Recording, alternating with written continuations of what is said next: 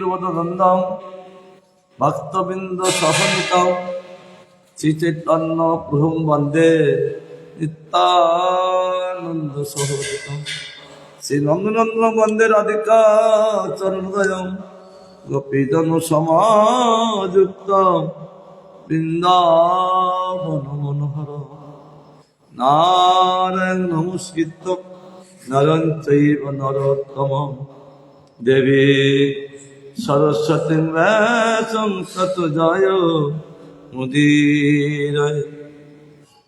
হরে কৃষ্ণ কৃষ্ণ কৃষ্ণ হরে হরে,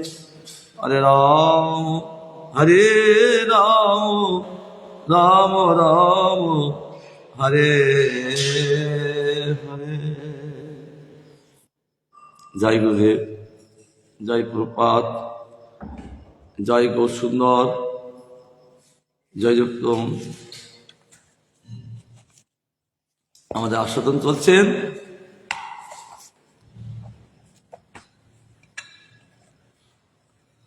যে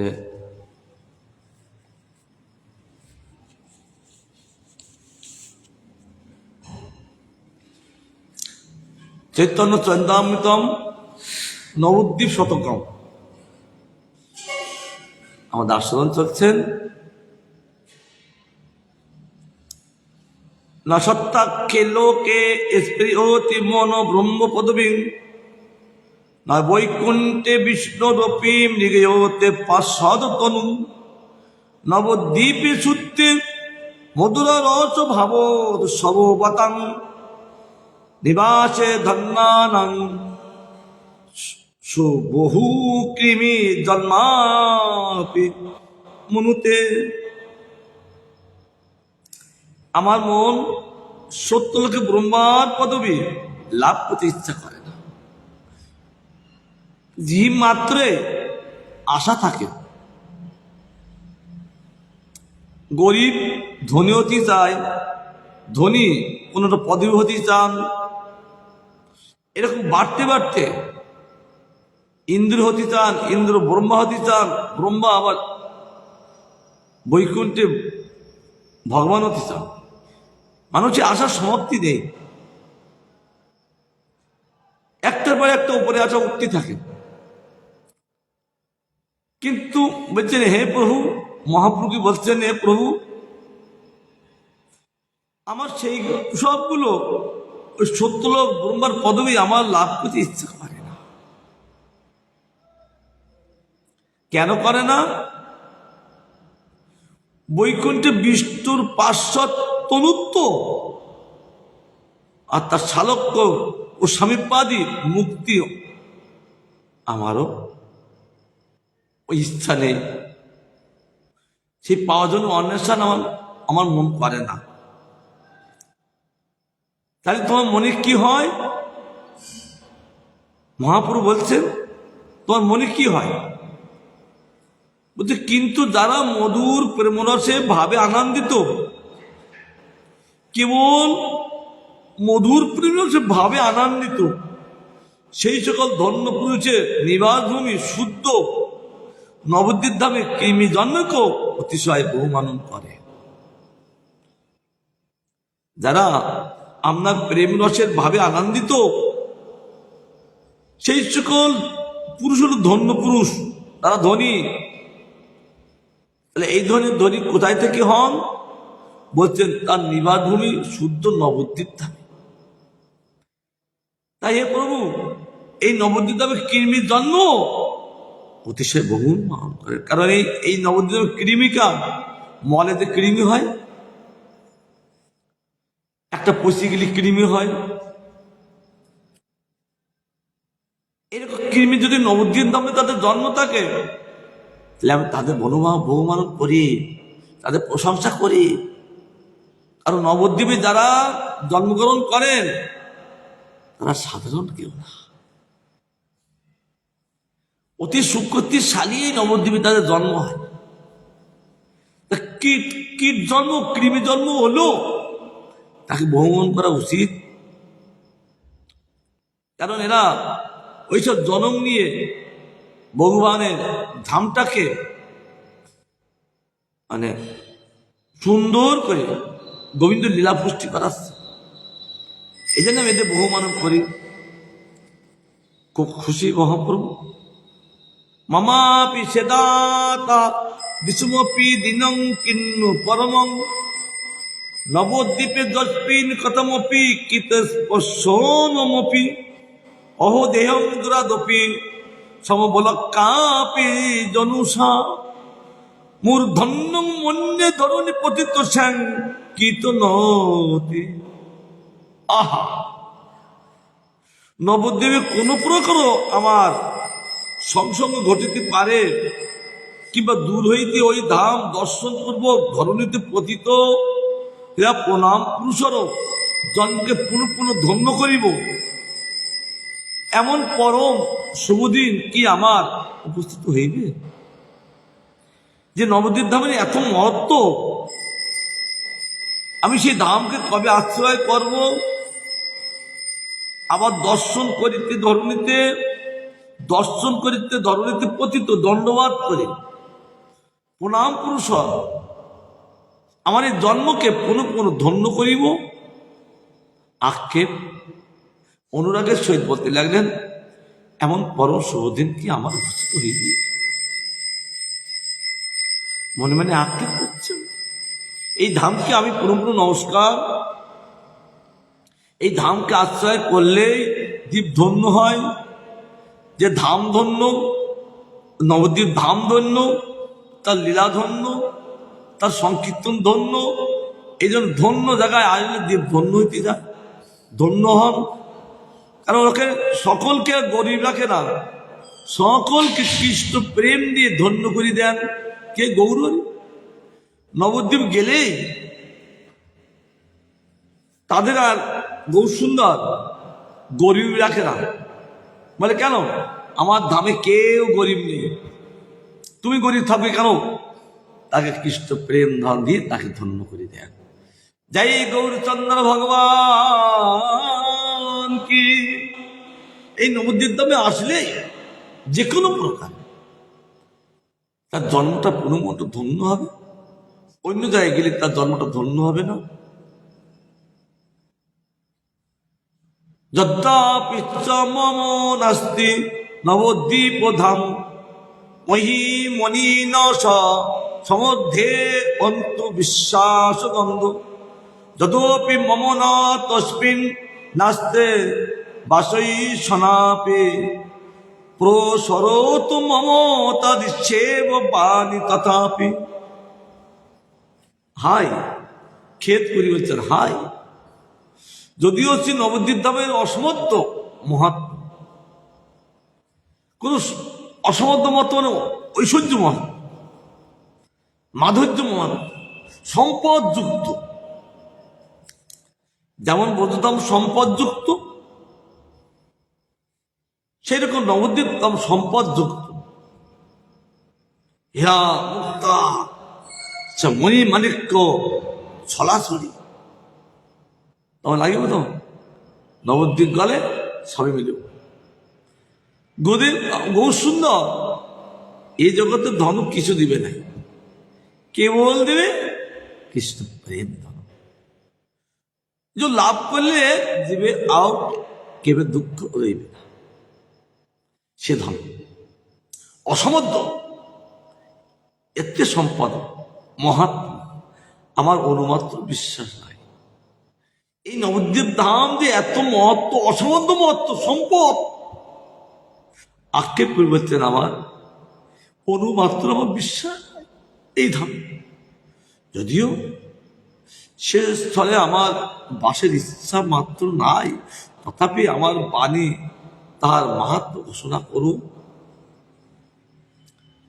আবার বলছে, যদিও সে স্থলে আমার বাসের ইচ্ছা মাত্র নাই, কেন নাই? তবে এত মহাত্ম কীর্তন করছো কেন? যদি বলে মহত্ব কীর্তন করো, আর মহত্ব কীর্তন করলে নবদ্বীপ বাসের ফল লাভ করলাম। কেবল বাস করলে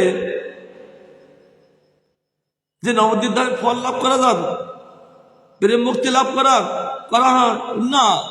সেই নবদ্বীপ ধামের আমরা যারা মহত্ব কীর্তন করছি, কীর্তন করি নবদ্বীপ ধামের বাসায়।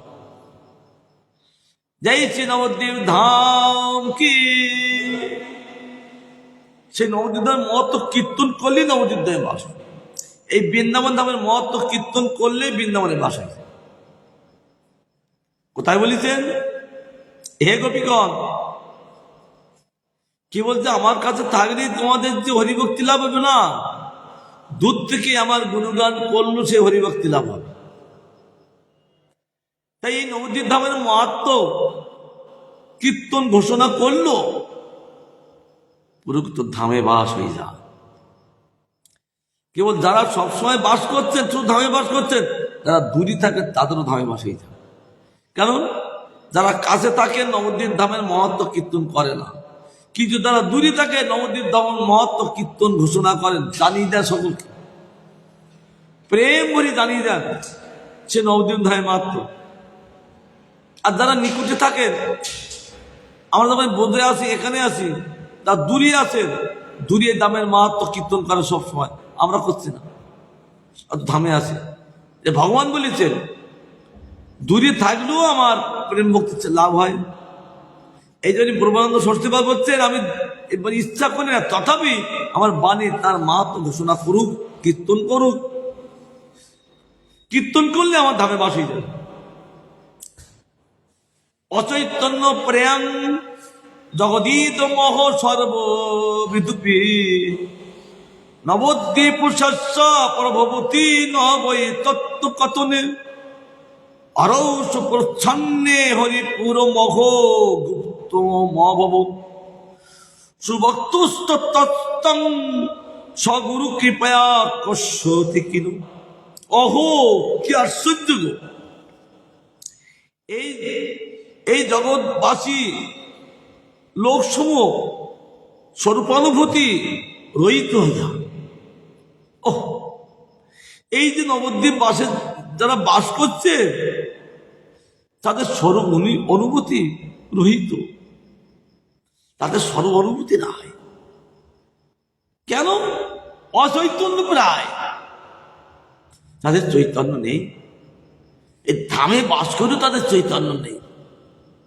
কেন? স্বরূপ অনুভূতি নাই। এই নবদ্বীপ ধামের যে কি স্বরূপ, ওই বাস করে অনুভূতি নাই। এই জন্য গুরুমার বলতেন, দূর থেকে তারা লক্ষ লক্ষ লোক পরিক্রমা করছে, আর নবদ্বীপ ধামে যারা আছেন তাদেরকে দেখছে। কি মূর্খ, কি মূর্খ!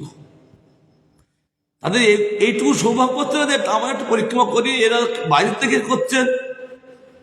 তারা হাজার হাজার টাকা খরচা করে, বিদেশ থেকে লক্ষ লক্ষ টাকা খরচা করে আসছেন। কেন? তাহলে ওই ধামের মহত্ব এত। এই যে প্রবন্ধ ষষ্ঠীপাদ কীর্তন করছেন, শুধু দামের মতো এইটুকু না, আরো আছে। তিনি 100 শ্লোক প্রকাশিত করে শুধু দামের মহত্ব বলেই যাচ্ছেন, কিন্তু সমাপ্তি করতে পারছেন না। যেমন গোবিন্দ অনন্ত লীলা, অনন্ত মহত্ব, তেমনি ধামেরও অনন্ত মহত্ব। কি করে তার সমাপ্তি করবে?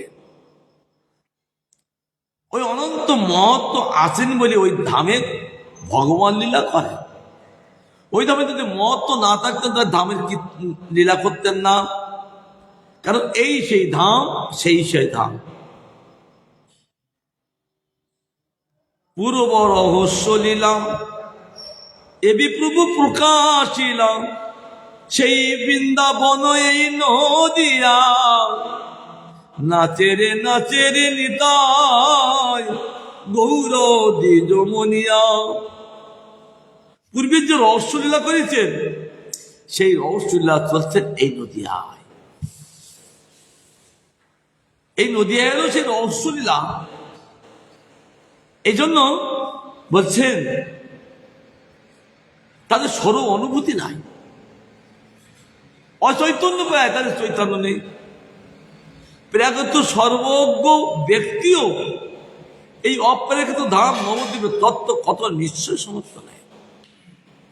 প্রাকৃত সর্বজ্ঞ, এই প্রকৃতির যে যারা সর্বজ্ঞ, সর্বজ্ঞ শব্দ সব জানেন, সব জীবকে বলতে পারেন প্রাকৃত সর্বজ্ঞ ব্যক্তি, কিন্তু বলছে অপ্রেরিত ধাম নবদ্বীপের তত্ত্বগত নিশ্চয়ই সমর্থ নয়। এই জগতে সর্বজ্ঞ তিনি অপ্রাকৃত জগতে তিনি সর্বজ্ঞ না। যদি সর্বজ্ঞ হতেন তাহলে তার তত্ত্ব কথনে নিশ্চয়ই যে সমর্থ হইতেন, কিন্তু প্রবরানন্দ সরতে বলছেন সেই নবদ্বীপ তত্ত্ব কথনে নিশ্চয়ই সমর্থ নয়। প্রাকৃত সর্বজ্ঞ অপ্রাকৃত জগতে কাজ করে না। অপ্রাকৃত সর্বজ্ঞ তাদের একমাত্র এই ধামের মতো কাজ করে, আর অপ্রাকৃত সর্বজ্ঞ তখন এই জগতে তারা বুঝতে পারে এই জগৎ কি আর সেই জগৎ কি।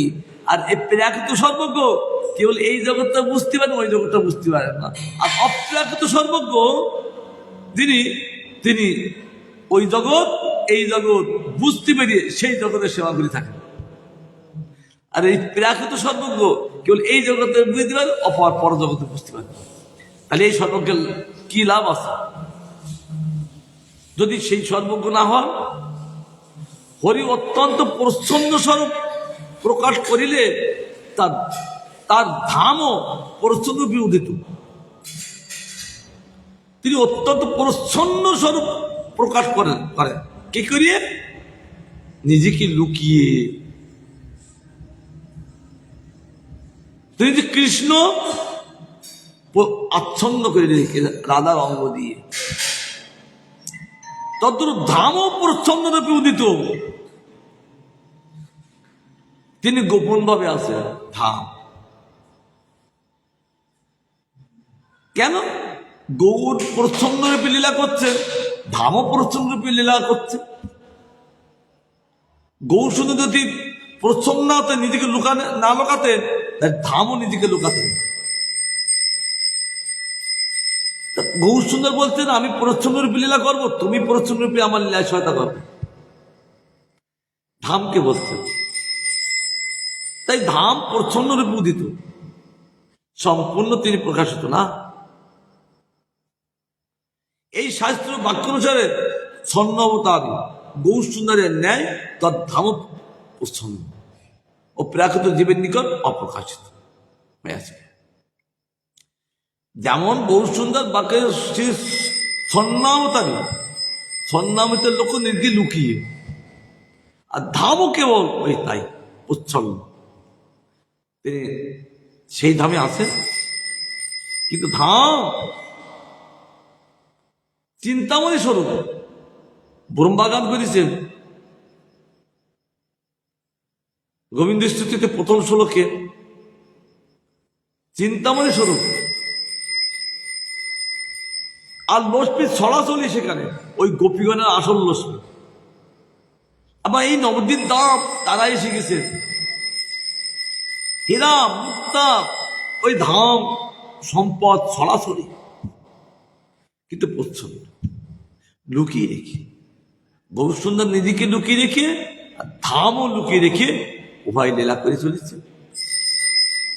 তার জন্য বলতে প্রাকৃত জীবের নিকট অপ্রকাশিত,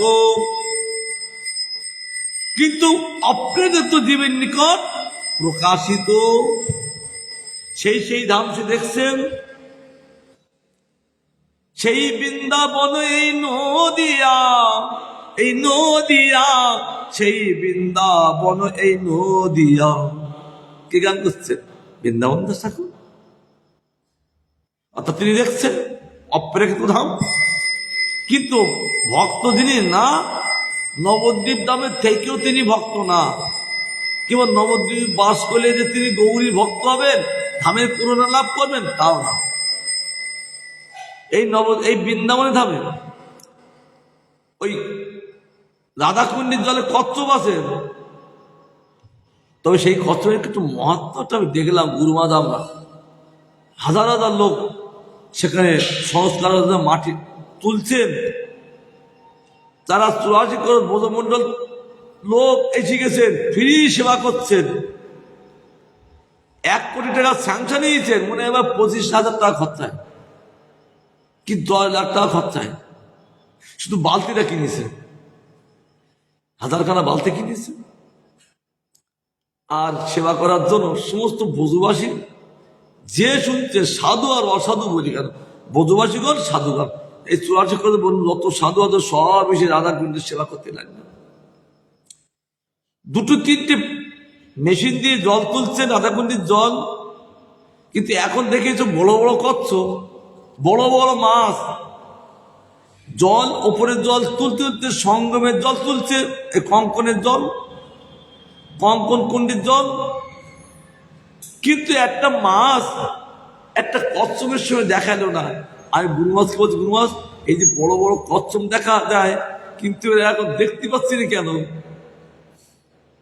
গুরুমাস বলছেন এটা হলো অপ্রেক্ষ ধারণা। সত্যি আশ্চর্য, একটা বড় বড় মাছ আছে, বড় বড় কচ্ছ, এমনকি মানুষকে ধরিয়ে চোখ আর নাভি খেয়ে ফেলে, খেয়েছে। ভক্তিবেদান্ত নারায়ণ মহারাজের প্রতি বছর পরিক্রমা হয়, আমাদের কুঞ্জিবাড়িতে হরিকথা বললেন, তারপর সব পার্টি নিয়ে চ্যান করতে গেলেন, কিন্তু মথুরের একটা ছেলে নারায়ণ মহারাজের শিষ্য, ও ডুব মারলেন আর ওঠেন। এবার নৌকা নিয়ে খোঁজ করতে লাগলেন, কিন্তু খোঁজ করি করি লোক তো খুব ভিড়, পেলেন না। 3 দিন পরে ওই জাননুমা ঘাটে, ওই দাসগোসাইয়ের কোনায়, ওখানে একটা বাবাজি স্নান করতে, পায়ে লাগলো, তুলি দেখেন সেই লোকটা, দেখেন তার চোখ খেয়ে বেরিয়েছে, নাভি খেয়ে বেরিয়েছে, বড় বড় কচ্ছ। তাহলে গেল কোথায় তারা? এত প্রত্যক্ষ প্রমাণ। তখন গুরুমাসকে বলা, গুরুমাস এ কি মহত্ব রাধারানী, আজও বুঝুন। আর কঙ্কন কুণ্ডের জল আমরা পরিক্রমা করলাম, কঙ্কন কুণ্ডকে মাঝখানে, যদি সৌভাগ্য থাকে আবার হবে, দেখবা সেবা করবা। 25-30 বছর অন্তর ওটা সংস্কার হয়, পলি জমি দেখো, আবার করতে পারবো। আর ভাইয়ের ভক্ত নেমন্তন্ন চলে এসে ফ্রি সেবা করো, তারও আর বলে রেখেছি, কে না সেবা করতে চায়। আমার যখন ডিক্লেয়ার হয়ে গেল, ফুল দিয়ে অভিনন্দন জানালেন, আবার কঙ্কন কুণ্ডের জল আবার ভরিয়ে গেল। সে এখন গঙ্গা আবির্ভূত মহান, আমরা দাঁড়িয়ে অবাক দেখছি। তবে এই যে রাধাকুণ্ডের যে কচ্ছপ মৎস্য গেল কোথায়, আবার জললি আসলো কোথা থেকে, ব্রজবাসীগুলো অবাক হয়ে যাচ্ছে যে এত বড় কচ্ছপ গেল কোথায়। আর আমরা প্রত্যক্ষ দেখছি। তাহলে কি বলছেন, এই ধামে বাস করে তাদের সুখ্যতিবান, তারা যে হরিভক্তি লাভ করবেন, রাধাকুণ্ডের মহিমা লাভ করবেন, মহিমা লাভ করতে পারেন আর না পারেন। তাই নবদ্বীপ ধামে বাস করলে কে বলতে নবদ্বীপের মহত্ব জানতে পারবেন, এত তাড়াতাড়ি নয়। ধামের স্বরূপ যখন তিনি বুঝতে পারবেন তখন তিনি লাভ করবেন। ধামের স্বরূপ বুঝতে পেরেছেন ভক্তিমূর্তি ঠাকুর, ধামের স্বরূপ বুঝতে পেরেছেন এই কে, এই গ্রন্থকার কে, প্রবোধানন্দ ষষ্ঠীপাদ, তিনি বুঝতে পেরেছেন। তার যে ধামের কীর্তন করছে, যিনি বুঝতে পারেন তিনি কীর্তন করেন, যিনি বুঝতে পারেন না তিনি কীর্তন করেন না, তো পরিষ্কার কথা।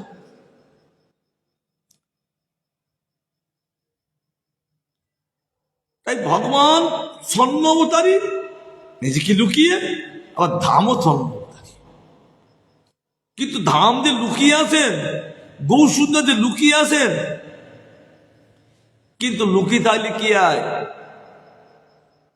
আমার রাধারানী তিনি নারায়ণ ভাবে লুকিয়ে আছেন কোথায়, পেটুকে নামে। গোপীরা গেছেন, তাকে বুঝতে পারেনি। রাধারানী যখন গেলেন তখন রাধারানী বললেন, কি প্রভু আর স্বর্ণভাবে থাকতে হবে না, আমি বুঝতে পারছি তুমি কে। অর্থাৎ ওসব ভারী বলি ছাড়ো, তুমি দ্বিভুজ মুনিধর। তিনি অনেক চেষ্টা করলেন তার 4টে ভুজ রাখার জন্য, কিন্তু রাধার অজ্ঞাতে সেই ভুজ লুকিয়ে গেল। তার অচিন্ত প্রভাব, বিশুদ্ধ প্রেমে অচিন্ত প্রভাব, যে কৃষ্ণের ফলে না দ্বিভুজ স্বভাব। কারণ নন্দনন্দন ভগবানের নিত্য দুভুজ, তারা চতুর্ভুজ না। যখন তিনি ধরেন থাকতে পারেন না বিচিত্র রাধার কাছে। আর এখন রামানন্দের কাছে তিনি স্বর্ণবতার থাকতে পারলেন না, তাই গোদাবরীর তীরে প্রভু আমি স্বর্ণবতার না। আবার কৃষ্ণদাস কবিরাজ গোসাই বলছেন এই যে আপনার সন্ন্যাসী কপট, এটা নিত্য না, এটা কপট সন্ন্যাসী। চৈতন্য বর্ণনা করেছেন, কিন্তু আপনি সেই রাধা গোবিন্দ মিলিত তনু। ভক্ত তাকে খুঁজি বের করে, নিজেকে লুকিয়ে রাখলে কি হয়? ভক্ত খুঁজি বের করে।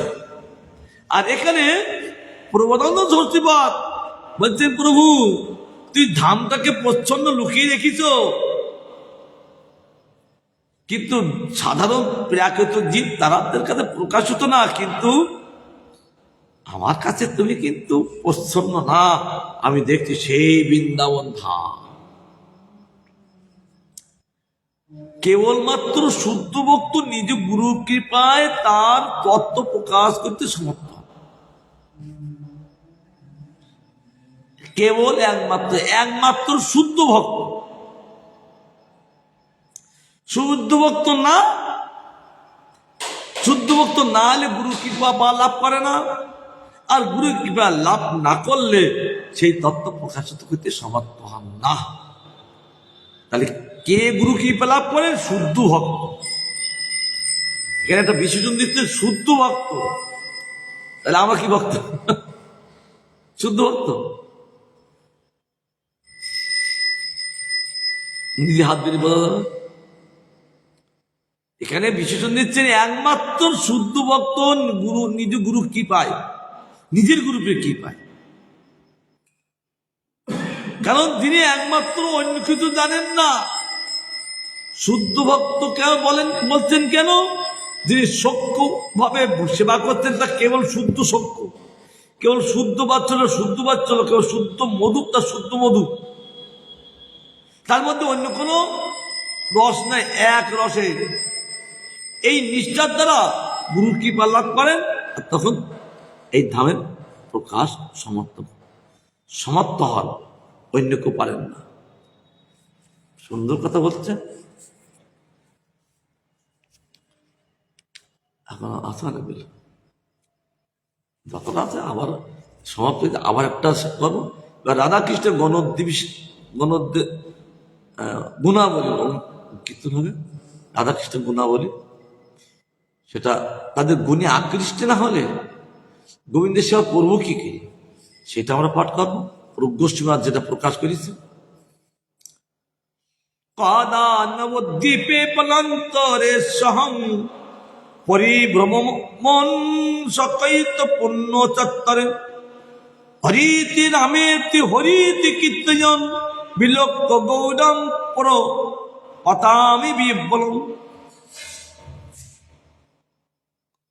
আমি নবদ্বীপে বনমধ্যে সৈকত পুণ্য প্রচারে পথে হরি রাম ইত্যাদি নাম কীর্তন পুরুষের ভ্রমণ করিতে করিতে সে গৌর সুন্দরকে অবলোকন করিয়া বিফল হইয়া ভূমিতে নিপতিত হইব। কবে? সেই দিনটা কবে হবে? সৈকত পুণ্য পুরুষরে, অর্থাৎ পথে। বনমধ্যে গৌর সুন্দর হরি কীর্তন করে চলেছে, তাই বলছে সৈকত পূর্ণ প্রচারে পথে। আমি সেই পথে, যে সব পথে গৌর সুন্দর চলেছেন ভক্তগণকে হরি কীর্তন করতে করতে, আমি সেই পথে। তাহলে কি করে চলবেন? হরি রাম ইত্যাদি নাম কীর্তন পুরুষর। হরি রাম, এই রাম বলতে অন্য না, রাধারামন নাম। হরি শব্দে যাদের চিত্তটাকে হরণ করেন নিজের পদপত্রের সেবা দেওয়ায়। গোপী বলেছেন, মোহন তুমি আমাদের মনটা হরণ করো কেন? ভগবান বলছেন, কি করি তোমাদের মনটা হরণ করলাম? আমি তোমাদের ঘরে গিয়েছিলাম, যেমন গোপী তেমনি কৃষ্ণ, ঠিক উপযুক্ত না হলে রস হয় না।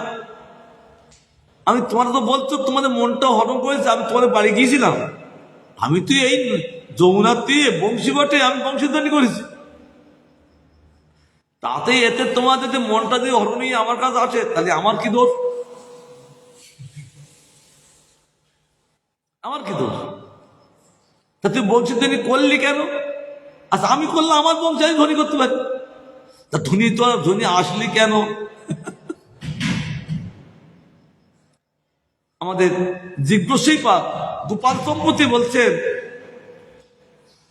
একটা তো অসুর ভগবান যখন মারছেন, পুতানাকে মারলেন,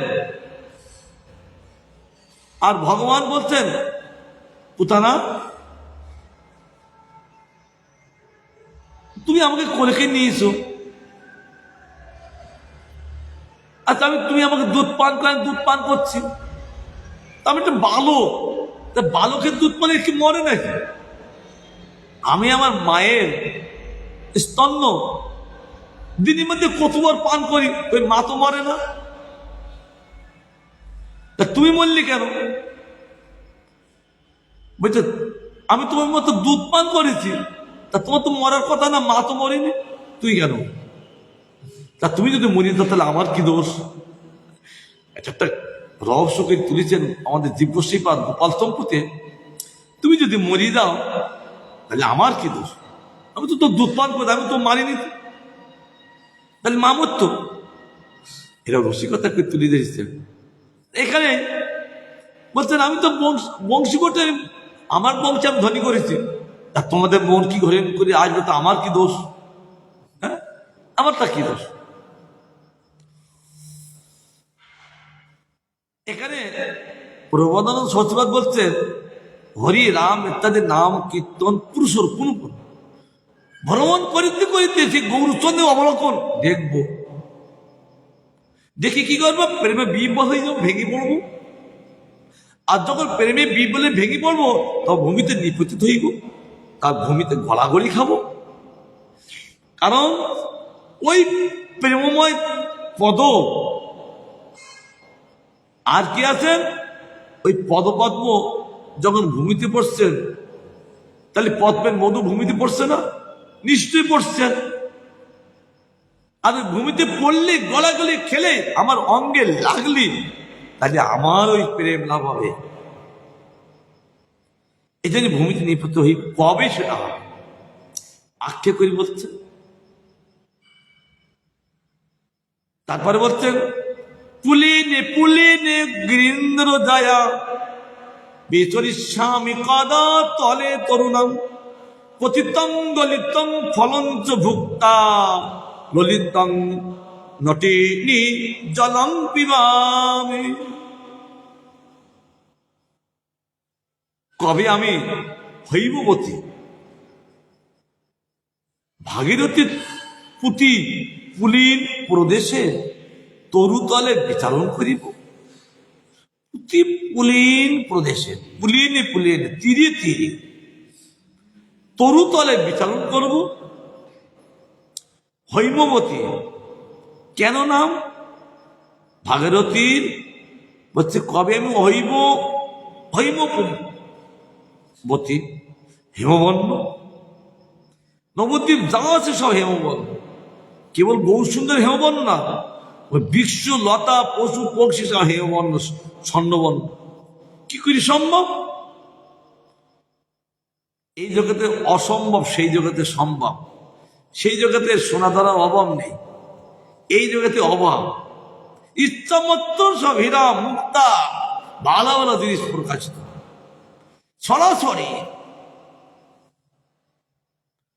তার জন্য সেই নবদ্বীপ যাবে যারা আছেন তারা হৈমবতী হেমবর্ণ,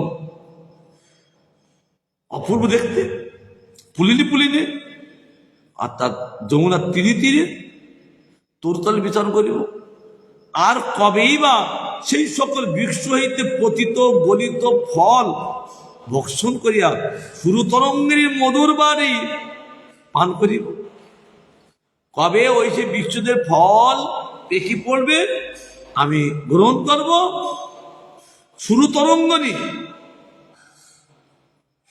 মধুর বাড়ি অর্থাৎ গঙ্গার জল ফল পর পান করবো, তাহলে সেটাও কবে হবে আমার, কবে পান করবো সেদিন কি আমার হবে না আক্ষেপ অনুরাগের সহিত নিজেকে অভাব, অর্থাৎ তিনি কিন্তু আস্বাদন করছেন তথাপি অভাব।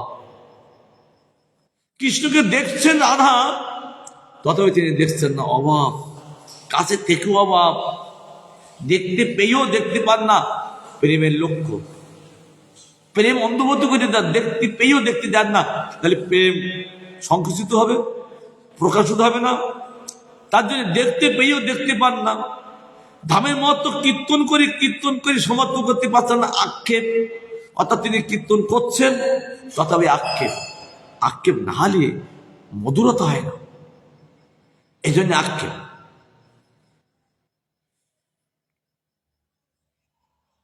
আরাধিতং নব নবং বোঝো কাননং তেন, আরাধিতং নব নবং বোঝো এ বধুরী, আরাধিত দ্বিজ সুত বোধ রাগ রস্তে, আরাধিত দ্বিজ সুত ন তবে ও কৃষ্ণ। কিশোর শ্লোকগুলো তুলে ধরছেন, মাধুর্য শ্লোক। যদি তুমি নবনব অর্থাৎ নবদ্বীপের আরাধনা করিয়া থাকো, তবে তুমি ব্রজকানন অর্থাৎ বৃন্দাবনের আরাধনা করিয়া আসো। এই জন্য গুরুমাজ বলেছিলেন এই নবদ্বীপের আরাধনা মানে বৃন্দাবনে আরাধনা, আর বৃন্দাবনে আরাধনা মানে নবদ্বীপে আরাধনা। তাই বলছেন যদি তুমি নববন নতুন বন নবদ্বীপের আরাধনা করিয়া থাকো, তবে তুমি ব্রজকানন অর্থাৎ বৃন্দাবনে আরাধনা করিয়া আসো। আর যদি নবদ্বীপের আরাধনা না করিয়া থাকো, তবে ব্রজধাম তোমার নিকট বহু দূরে অবস্থিত, কাছে আসবে না। ভালো ভালো ভাষা দিচ্ছেন না। যদি এই নবদ্বীপের আরাধনা করিয়া থাকো, তবে ব্রজধামের আরাধনা তুমি করিয়া আসো। আর যদি এই নবদ্বীপ আরাধনা না করো, তাহলে ব্রজধাম বহু দূরে, তুমি দেখতে পেয়েও পৌঁছতে পারবে না। ধাম চলে যাবে, তাও তুমি ধামে পৌঁছতে পারবে না। আরে নবদ্বীপ ধাম আরাধনা করলে ধাম ব্রজধাম তোমাকে দেখাবে। এই গৌর ধাম হলো এই ব্রজধাম, ধাম তখন বৃন্দাবন প্রকাশিত দেবে ওই নবদ্বীপে। কারণ গৌর ধাম ব্রজধাম এক ধাম। অনুভবটা কখন হবে? যখন এই গৌর ধামে আরাধনা হবে, তখন এই ব্রজধাম আরাধনা হবে, তখন তিনি বুঝতে পারবেন। বুঝতে পেরেছেন ভক্তব্য ঠাকুর, তার জন্য গান করেছেন কবে গৌর বনে সুরধ্বনি তটে হারা দেয়া কৃষ্ণ বলি কাঁদিয়া বেড়াবো দেব সুখ ছাড়ি নানা লতা তরু তলে। গৌর ধামে আরাধনার এত ফল, ব্রজধামকে তিনি দেখতে পাচ্ছেন। এই ব্রজধাম গৌর ব্রজধাম। আর যদি গৌর ধামে আরাধনা না হন, তাহলে ওই ব্রজধাম অনেক বহুদূরে অবস্থিত, কাছাকাছি না। যদি তুমি জগন্নাথ সুত গৌরের আরাধনা করিয়া থাকো, তাইলে বোধনাগর শ্রীকৃষ্ণের আরাধনা করিয়া আসো। জয় হোক। বলছেন যদি এই জগন্নাথ সুত মানে কে? জগন্নাথ সুত, জগন্নাথ মিত্রের পুত্র এই গৌরী যদি আরাধনা করিয়া থাকো, তাহলে নন্দ সুত বোধনাগর শ্রীকৃষ্ণের আরাধনা করিয়া আসো। আর যদি মিশ্র নন্দনের আরাধনা না করিয়া থাকো, তাইলে এ জগতে তোমার গোপেন্দ্র নন্দনের আরাধনা হয় নাই, হবেও না। এই জন্য আগে গৌর চন্দ্রিকা, আমরা হরিনাম করতে গেলে আগে পঞ্চতত্ত্ব করতে হয়। কেন? ওই পঞ্চতত্ত্ব মানে গৌর চন্দ্রিকা, আর গৌর চন্দ্রিকা মানে গৌর সুন্দরের কৃপা আশীর্বাদ পেয়ে ওই বোঝে যাওয়া। আর না হইলে বোঝো অনেক দূরে চলে যাবে, বহু দূরে অবস্থিত করবে। তার জন্য আগেই গৌর সুন্দর আরাধনা, গুরু থেকে শুরু গৌরাঙ্গ, আর গৌরাঙ্গের থেকে রাধা গোবিন্দ চলবে, চেন সিস্টেম। তার জন্য এখানে প্রবন্ধ সচিবাদ এত সুন্দর তুলে তুলে চলছেন, বলছেন কেন?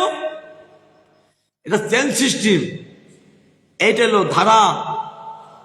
এরকম ভাবে যদি না হন, এই জন্য বক্তব্য করে আমাদের গৌরীর কীর্তন আগে করেছেন। আগে তোমার বোধধামে গেলে হবে না, আগে ওই যোগপীঠে আরতি হচ্ছেন, সেটা অন্তর্ভ্রমণে আমাদের যোগপীঠে একটা স্বরূপ নিয়ে ওই গৌরী আরতি দেখতে হবে। সেখানে ব্রহ্ম আরতি করছেন, সেখানে সব পার্শ্বদ সেখানে অবস্থান করছেন। ওই স্বর্গের দেবতারাই শিখেছেন, সত্যলোকটাই শিখেছেন। ব্রহ্মা নিজে আরতি করছে, সত্যলোকটাই শিখেছেন। আর নবদ্বীপ ধাম লোক সব সেখানে আছেন। আবার শিব শুক্র নারদও সেখানে প্রেমে গড়াগড়ি খাচ্ছেন।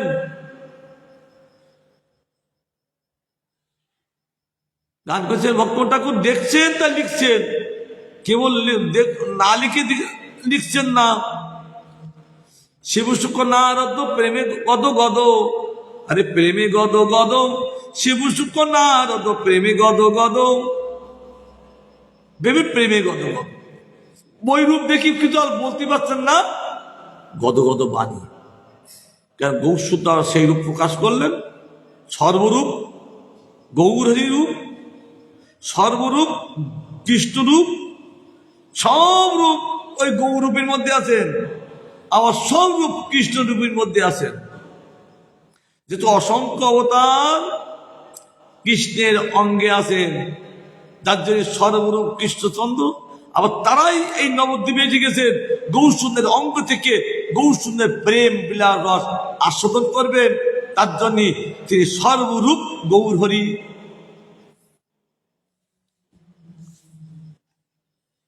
অপূর্ব মাধুর্য চলছেন, 60 চেষ্টা না তো সেটি করবে নাকি এই সারাদিন আস্বাদন করতে?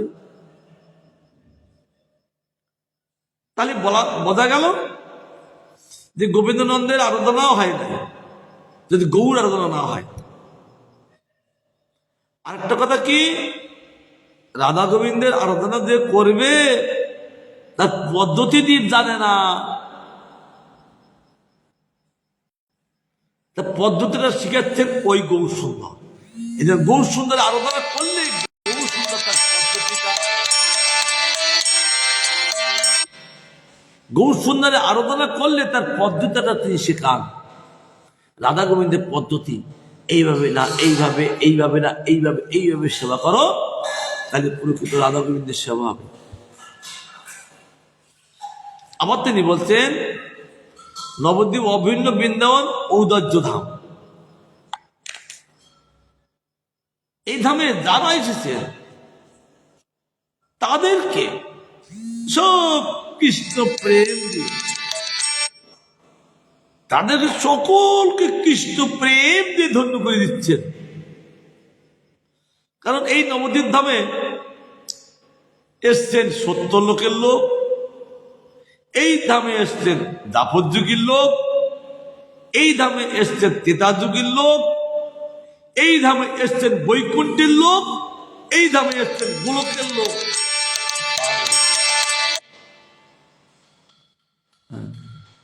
আবার এই ধামে এসছেন কি কলিযুগের লোক তো আছেন। গৌরী বলছেন আমার এই ধামে যারা যারা এসছেন আমি আর অন্য কোনো কাল বিচার করব না, কেবল কৃষ্ণ প্রেম দিয়ে আপামরকে বিতরণ করব। মদের প্রতিজ্ঞা করেছেন সদাশিব, তিনিও প্রতিজ্ঞা করেছেন, তার প্রতিজ্ঞা ব্যর্থ হবে? কখনো ব্যর্থ হবে না। ব্রহ্মপুত্র পুরাণে বলছেন নারদমণি, ব্রহ্মপুত্র পুরাণে বলছেন নারদমণি বৈকুণ্ঠে গিয়েছিলেন। বৈকুণ্ঠের থেকে যখন বৈকুণ্ঠে যখন গেলেন তখন ভগবান তার প্রসাদ দিয়েছিলেন। আর ওই প্রসাদ পেয়ে উন্মত্ত হয়ে গেলেন, নৃত্য করতে লাগলেন। প্রসাদের মহত্ব, নৃত্য করায় প্রসাদে এমন মহত্ব। তারপর দিয়ে হাত দুটি আর নৃত্য করতে একটু মনে নেই।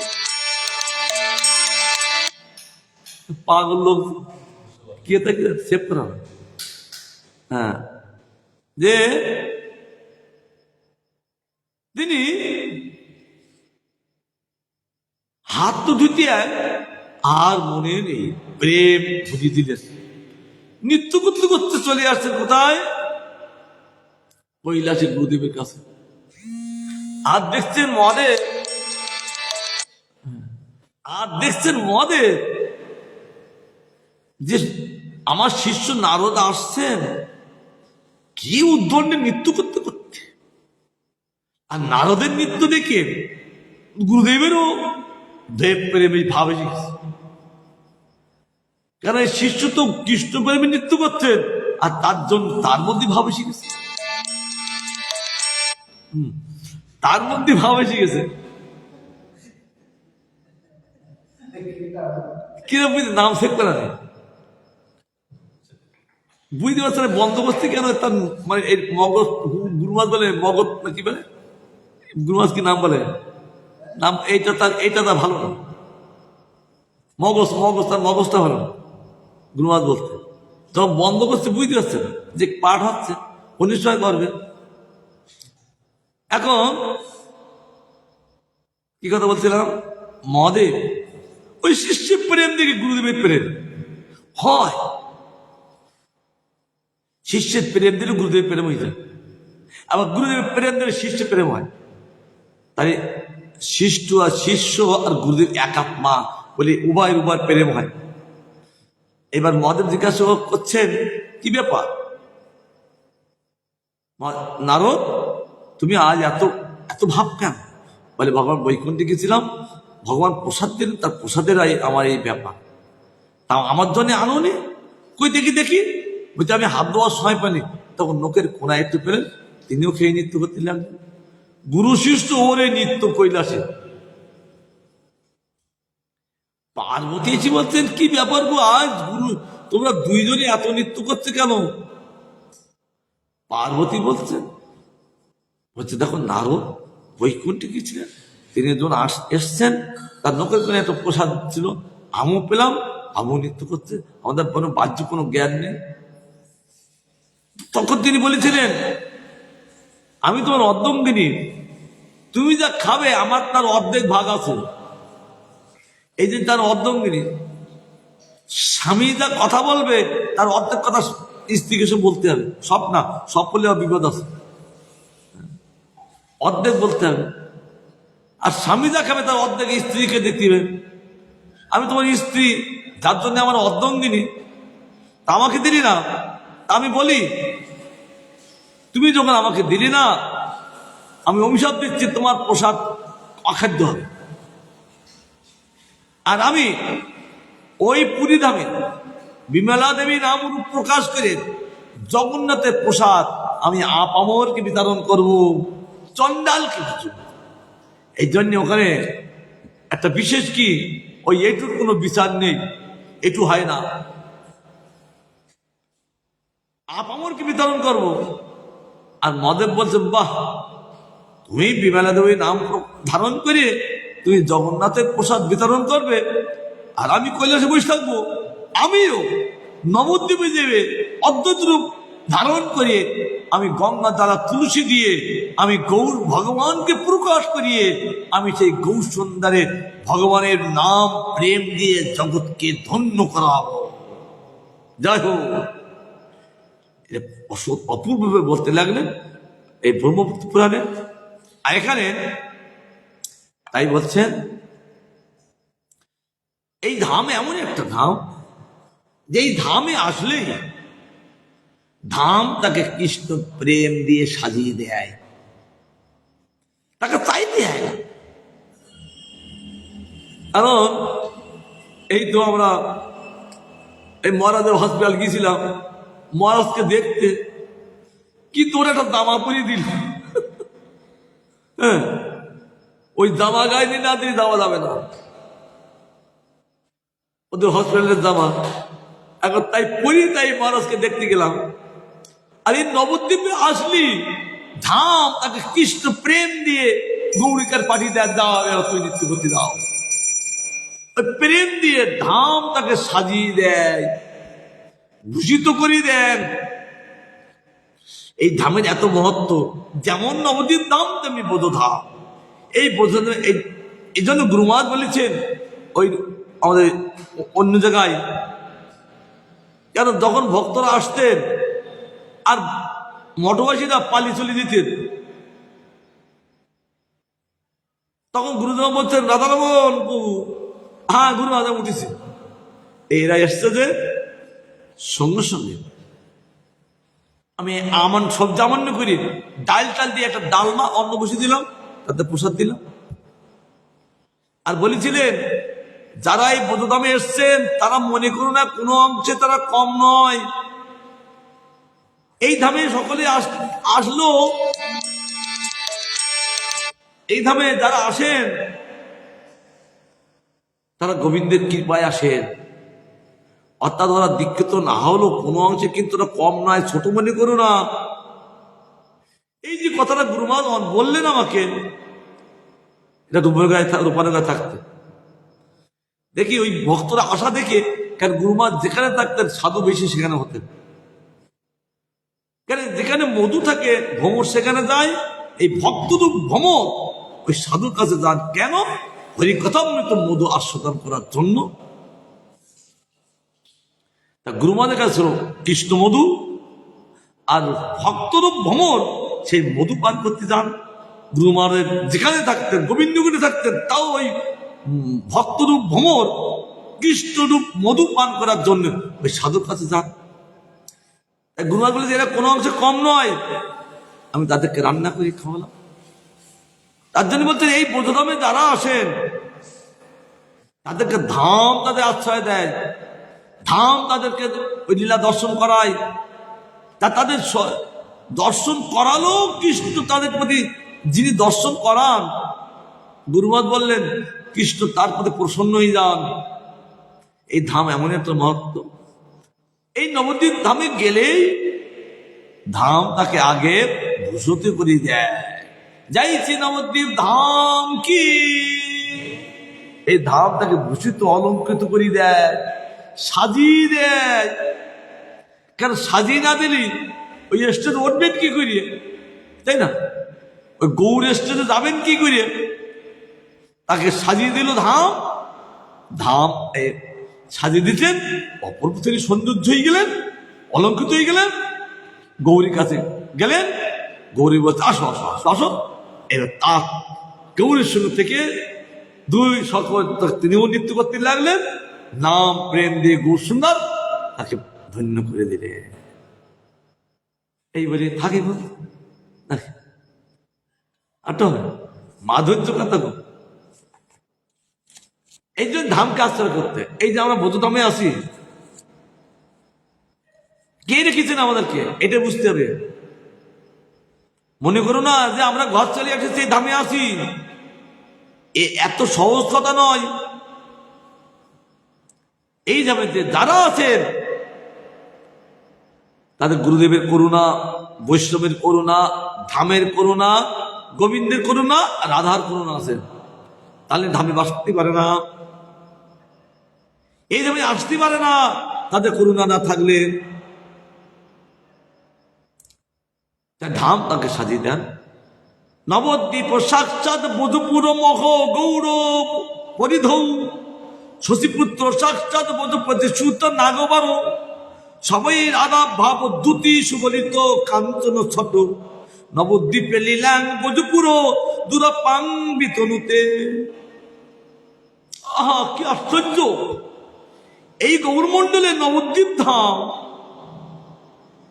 উল্লাস ভরি বলছেন, আহা কি আশ্চর্য গো! এই গৌরমণ্ডলে এই নবদ্বীপ ধাম সাক্ষাৎ ভোজপুর অর্থাৎ বৃন্দাবন। আজ আমাদের কি সৌভাগ্য, এই ভোজপুর বৃন্দাবন আমরা সৌভাগ্য লাভ করলাম। আর শচীনন্দন গৌরাঙ্গ সাক্ষাৎ ব্রজনন্দ নন্দন।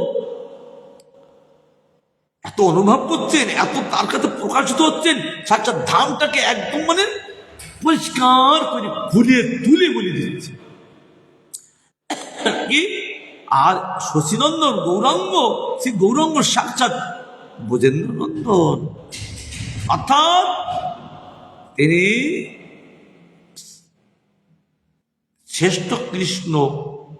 আবার একটা কি ভাষা হইল, কৃষ্ণ কৃষ্ণ আবার শ্রেষ্ঠ কৃষ্ণ বলছেন কেন?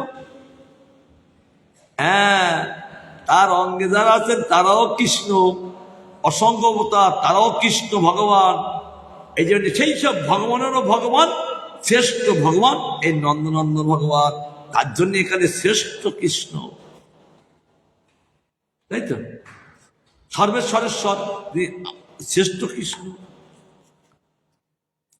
সেই শ্রী রাধা ভাব কান্তিতে সুবর্ণ ছট্টা যুক্ত হইয়া শ্রীধাম নবদ্বীপে ভোজপুর অপেক্ষা দুষ্প্রাপ্য, সহজে লাভ করা যায় না, দুষ্প্রাপ্য সবকে লাভ করা যায় না। সেই লীলা ঔদার্য লীলা, উদারতি লীলা। যারা আসছেন প্রত্যেকে দিচ্ছেন, নেয়া যত পারো নেয়া। আমি আর কৃপণ করবো না, কারণ কৃপণ করতে দিয়ে আমার রাধা বকাবাই করেছেন। হ্যাঁ, বলছে এই কৃপণ করতে দিয়ে আমি একে একজনের দিচ্ছে, অপরকে দিচ্ছে না, রাধা বকিয়েছিলেন কি তুমি কে তো প্রভু, তুমি ভগবানই তাই একজনের দিচ্ছ আর একজন দিচ্ছ, দ্বীপ তো তোমারই দ্বীপ, ঠিক আছে, তোমার তোমার ইচ্ছা। তাহলে আমি কলিযুগী দিই, আমি আর কোনো বিচার করবো না, সবাইকে দেবো, ঠিক আছে তোমার? হ্যাঁ, দাদা দাঁত মানে সবাইকে দেবে, তাই তো? দাতা মানে সকলকে দেবে, গরিব ছোট বিচার করবে না, দেও সব। তাই তিনি এখন ঔদার্য লীলা, উদারত লীলা কেবল দিয়ে চলেছেন, বিস্তার করিতেছেন। তার জন্য গুরু মহারাজ গান করেছেন কি, কৃষ্ণ নাম ছত্র বসেছে শিবা স্বয়ঙ্গনে, ভিখারির ভিড় পড়েছে সে নামের আদানে। কৃষ্ণ নাম ছত্র বসেছে শিবা স্বয়ঙ্গনে, কৃষ্ণ নাম ছত্র বসেছে শিবা স্বয়ঙ্গনে। ভিড় পড়েছে সে নামের আদানে, ভিখারির ভিড় পড়েছে সে নামের আদানে। কৃষ্ণ নাম ছত্র বসেছে শিবা স্বয়ঙ্গনে, কৃষ্ণ নাম শিবা স্বয়ঙ্গনে। নিতাই গৌরদ্বৈত গাদাধর, শিবাচাদি ভক্ত পরিবার, গৌরদ্বৈত গাদাধর, শিবাচাদি ভক্ত পরিবার। প্রেমানন্দে নাচে তার মধুর সংকীর্তনে, প্রেমানন্দে নাচে তার মধুর সংকীর্তনে। কৃষ্ণ নাম ছত্র বসেছে শিবা স্বয়ঙ্গনে,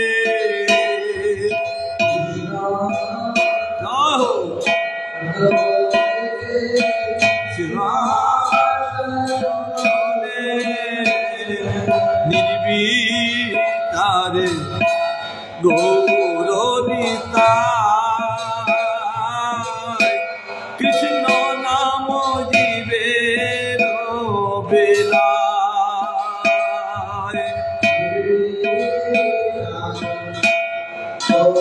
গৌরনিতাই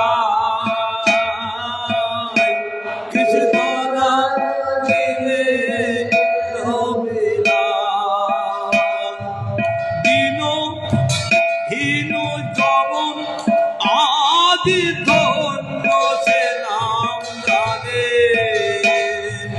দিন হীন জবন আদি ধন্য সে নাম জানে কৃষ্ণ নাম শত্রু বসেছে শিবা স্বয়ং বলে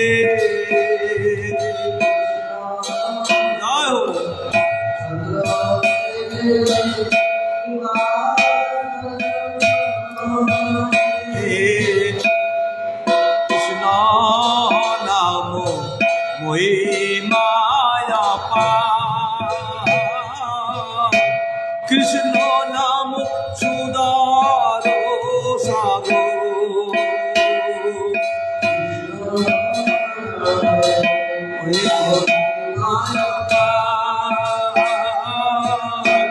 কৃষ্ণ নাম সুদার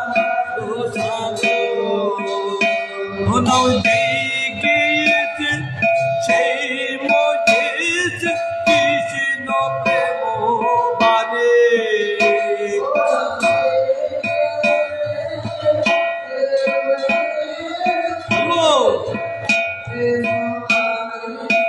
ও নাম গিয়েছে সেই মজেছে কৃষ্ণ প্রেম বানে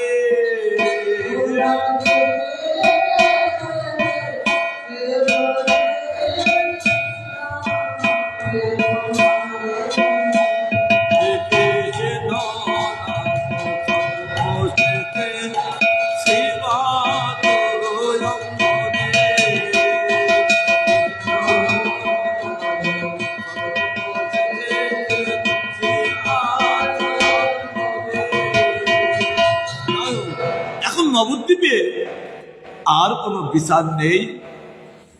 অধম, চণ্ডাল, দীন, হীন, জবর যারা ওই দেখতে এসছেন ওই সত্রে আর দেখতে ভালো ভালো যিনি নিয়ে এসছেন তাদেরও লোভ জেগে গেল। আবার যারা জবন এসছেন এই আমি নিলি আমাদের আবার আল্লাহ হোক বা কিছু বলে কি না। কাজী সাহেব হল কে চাঁদ কাজী যা বলে বলুন ই তো নেই।